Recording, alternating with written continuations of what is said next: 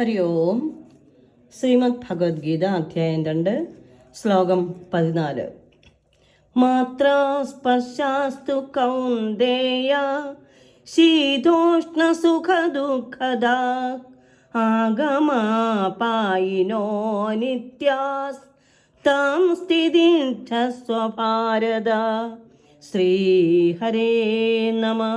മാത്രാ സ്പർശാസ്തു ഇന്ദ്രിയങ്ങളും വിഷയങ്ങളുമാകട്ടെ, കൗന്ദേയ അല്ലയോ കുന്തിപുത്ര, ശീതോഷ്ണ സുഖ ദുഃഖദാഹ ശീതം ഉഷ്ണം സുഖം ദുഃഖം എന്നിവയെ പ്രദാനം ചെയ്യുന്നവയും ആഗമ ആപായിനഹ വന്നും പോയിരിക്കുന്നവയും അനിത്യാഹ താൽക്കാലികങ്ങളുമാകുന്നു.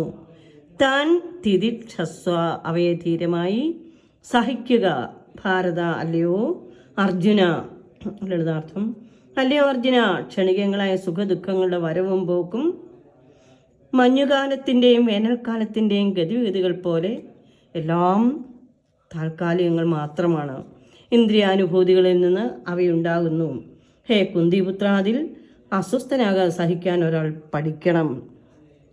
തൻ്റെ കർത്തവ്യ നിർവഹണത്തിനിടയിലുണ്ടാകുന്ന ക്ഷണികങ്ങളായ സുഖദുഃഖങ്ങളുടെ വരവും പോക്കും സഹിക്കാൻ ഒരാൾ പഠിച്ചിരിക്കണം. മാത്രമല്ല, വിജ്ഞാന സമ്പാദനത്തിനായി ഒരാൾ തനിക്ക് വിധിക്കപ്പെട്ട ധാർമ്മിക നിയമങ്ങൾ അനുസരിക്കുകയും വേണം. അറിവ് കൊണ്ടും ഭക്തി കൊണ്ടും മാത്രമേ ഒരാൾക്ക് മായാബന്ധങ്ങളിൽ നിന്ന് മുക്തി പ്രാപിക്കാൻ കഴിയുകയുള്ളൂ.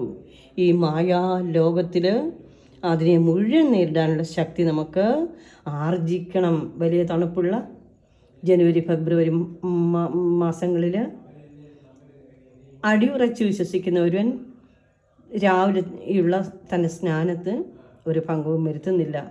വേനൽ ചൂട് ഏറ്റവും അസഹ്യമാകുന്ന മെയ് ജൂൺ മാസങ്ങളിലും ഒരു കുടുംബിനി അടുക്കളപ്പണികളെല്ലാം ചെയ്യുന്നു. കാലാവസ്ഥ പൊതുവായുള്ള അസൗകര്യങ്ങളെ വകവയ്ക്കാതെ ഓരോരുത്തരും അവരവരുടെ കടമയെല്ലാം നിറവേറ്റുന്നുണ്ട്. അതുപോലെ സുഹൃത്തുക്കളോടോ ബന്ധുക്കളോടോ ധർമ്മത്തിനു വേണ്ടി യുദ്ധം ചെയ്യേണ്ടി വന്നാലും യുദ്ധം ചെയ്യുക എന്നത് ഒരു ക്ഷത്രിയൻ്റെ ധർമ്മമാണ്. കൗന്ദേയ.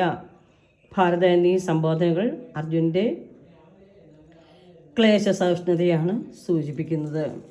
സർവം ശ്രീകൃഷ്ണ അർപ്പണമസ്തു. ഹരി ഓം.